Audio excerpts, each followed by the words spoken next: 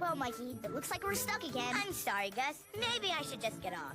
No! I'll fall! From 3 feet up, that sand is like cement. Excuse me, are you boys having some trouble? Yeah, Phil, I can't get down unless Mikey gets off. And if I climb off, Gus will be harmed. Fear no more, civilians. Even if a giant boulder has fallen down and broke your shoulder, be he friend or be he stranger, always help a kid in danger. That's the official slogan of the Wild Screaming Woodchuck Scouts. It's not just a slogan, Mikey. It's a way of life. Hang on, I'll have you down in a jiffy. This is what we in the wilderness trade refer to as your basic tree limb block and tackle. Look at me! I'm rising up like a yeasty loaf of bread. Hey, I'm saved! Yay! Thank you, folks. Now a little privacy, please. These boys have been through an ordeal. You kids all right? All right? Are you kidding? I've never been rescued like that before. It was nothing. Right up on Rattlesnake Mountain, I used my trusty rope to save a whole troop of toddler scouts who had wandered into sulfuric acid gorge. What a tremendous feat of heroism. Yes, it was. Yep, the scouting life is pretty extraordinary. Hiking through the woods, sleeping under the stars, shooting the breeze with Mr. Coyote. Yep, you If I could talk to Mr. Coyote, I would ask for his thoughts on the balance of nature. I'd ask him if he ever ate a guy. That's amusing, boys. But you'd best leave the wild animals to a seasoned woodsman like me. Well, gotta go. I've got a troop meeting at my house tonight. I better stock that field over there for some appetizers. Wow, look at him go. He's the most resourceful boy I've met. And just look at that uniform. I sure wish I had a cool uniform like that. I would fancy a dashing neckerchief. Are you thinking what I'm thinking? I believe I am. Oh, it's you two. More teeter-totter trouble? Nothing like that, Phil. We've come to join the Woodchuck Scouts. Excuse me? Your description of the outdoor life has ignited a campfire of ambition in our souls. We bought Woodchuck Scout handbooks and everything. I'm sorry, boys, but becoming a wild, screaming Woodchuck Scout is a very complex process. You can't just show up on a guy's doorstep and expect to be let in. But according to the handbook, 4th grade boys are welcome to join. Well, I guess the handbook does say that. But the fact is, you also have to prove your scouting material. And frankly, I doubt that the two of you have what it takes. So how about if you two save yourself some embarrassment and just go on home, huh? Hey, I just noticed. You're in your pajamas. Aren't you having a big troop meeting tonight? Where are all the other scouts? Never mind. I'm not at liberty to discuss the issue with plainclothes boys like you. Phil, sweetie, it's time to brush your teeth and go to bed. Coming, Mom! I'm not gonna get rid of you guys just by saying no, am I? I pretty much don't think so, Phil. All right, then. I'll put you to the test. Tomorrow at recess, meet me out behind the playground. We'll quash your silly scouting dreams once and for all. Yes, sir! You know, guys, if Phil hadn't been so nice and helped us today, I would say he was a rude boy. He's a mysterious boy, Mikey. And who knows? Once we're scouts, maybe we'll be mysterious boys, too. Well, guys, this is it. Recess time. What exactly did Phil say he was going to do to you? He said to meet him in the back of the playground so we could squash our dreams. That doesn't sound very supportive. The Wild Screaming Woodchuck Scouts is a very exclusive organization. Yeah, they need to weed out undesirables. Listen, guys, I know you're excited, but I gotta warn you. From where I stand, the scouting life really isn't all it's chalked up to be. You see, when we were littler, Vince and me were in the Junior Adventure Scouts.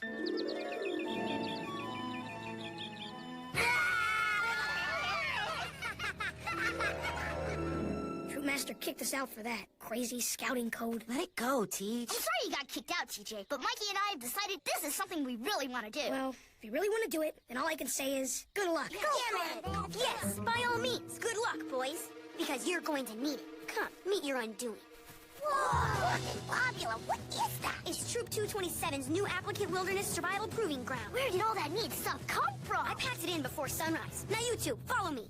Not you people. But we want to watch our friends. Yeah, you know, we want to lend them our support. In the wilderness, there are no friends to lend you their support. Only the unfeeling gaze of trout, lizards, and the occasional skunk. I'll skunk you if you don't let us through. I think it only fair to warn you, Spinelli. I'm highly trained in the art of first aid. Even if you injured me, I could easily repair the damage. It's okay, guys. We'll be all right. In the immortal words of Edmund P. Edmonton, founder and national troopmaster of the Wild Screaming Woodchuck Scouts, a scout is brave. A scout is fearless, and a scout is getting annoyed waiting around for you two guys. Bye now.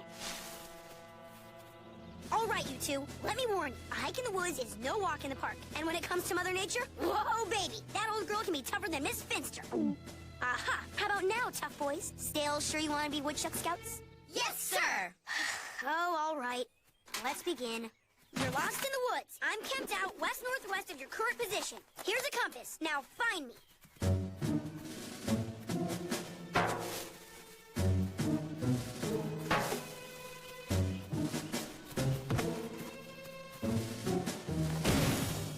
You found me.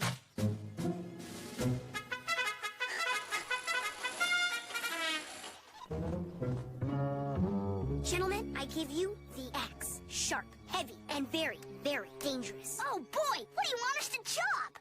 On second thought, we'll just skip the axes. Instead, let's see how you boys hike. Keep up if you can.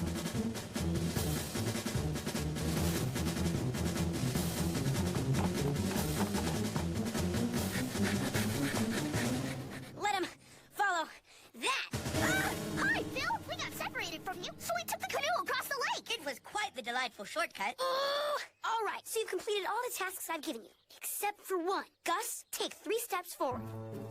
Ow! For the love of pie, what are you doing? You're hiking in the wilderness. Your fellow scout has fractured his leg. Save him, Mikey. Save him. Hey, you can't just go around knocking guys down like that. I really could have broken my Your leg. behavior seems very unscoutsmanlike. Are you saying you refuse to demonstrate your first aid skills to me? Well, I mean... Aha! A scout never gives up. I'm sorry, boys. You were doing so well. But now, if you're going to quit on me like this, to be honest, I question your character. But...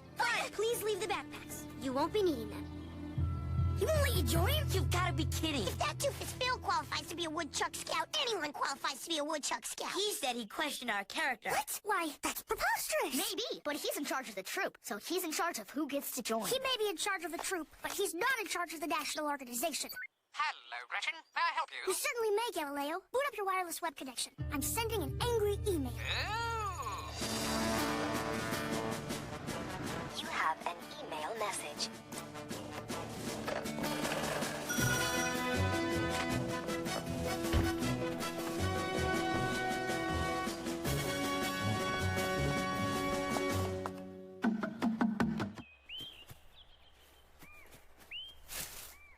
Sasquatch, my old elusive quarry. I've got you this time.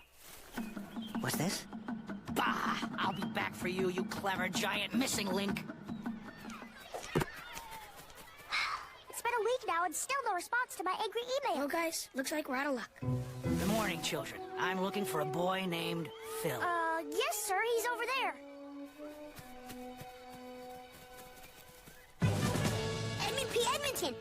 Sir, what an honor it is to meet you. Is there something I can do for you? Yes, there is, Scout. I received a message that you wouldn't allow 2 young boys to join your troop. That's us! I suppose you have a valid reason. I explained it to them, sir. Their character just isn't up to Woodchuck Scout standards. That's not true. They're the most characterized people I know. Young man, Well, even if they had good character, I can't let them in my troop because it's full. tell me, son, how many members are in your troop? Oh, true Master Edmonton, I cannot lie to you. There are no other boys in my troop. I don't want any other boys in my troop. I don't understand. You see, being a Woodchuck Scout is my life. I'm the only guy in school with a uniform. It makes me feel, well, special. If other Woodchuck Scouts started showing up around the playground, then, heck, I'd just be another kid. Son, does the mighty redwood stand alone? I don't know. No, it doesn't. It stands in a forest full of other redwoods, but that doesn't make it any less magnificent. I guess. Even the famed lone wolf travels in a pack, making beautifully short work of the caribou that has straggled from the herd. I never thought of Now, that. these friends here, they stick together. They help each other, learn from them, adopt their habits of survival. You'll find yourself a better scout because of it. I'd like to try, sir, but after all I did, aren't you going to kick me out? Son, it wasn't easy for you, but you demonstrated the first founding principle of the Woodchuck Scouts, honesty. I'd be honored to share a bag of trail mix with you anytime. I will be trusty, I will be nice, I will be faithful and good. I will not litter, and I will not throw rocks at nature. Why, it's Mr. Coyote. What's he saying, Phil? Well, boys, of course you can't understand, but to the experienced ear like mine, he's saying congratulations, and welcome to the Woodchuck Scouts. Yip, yip!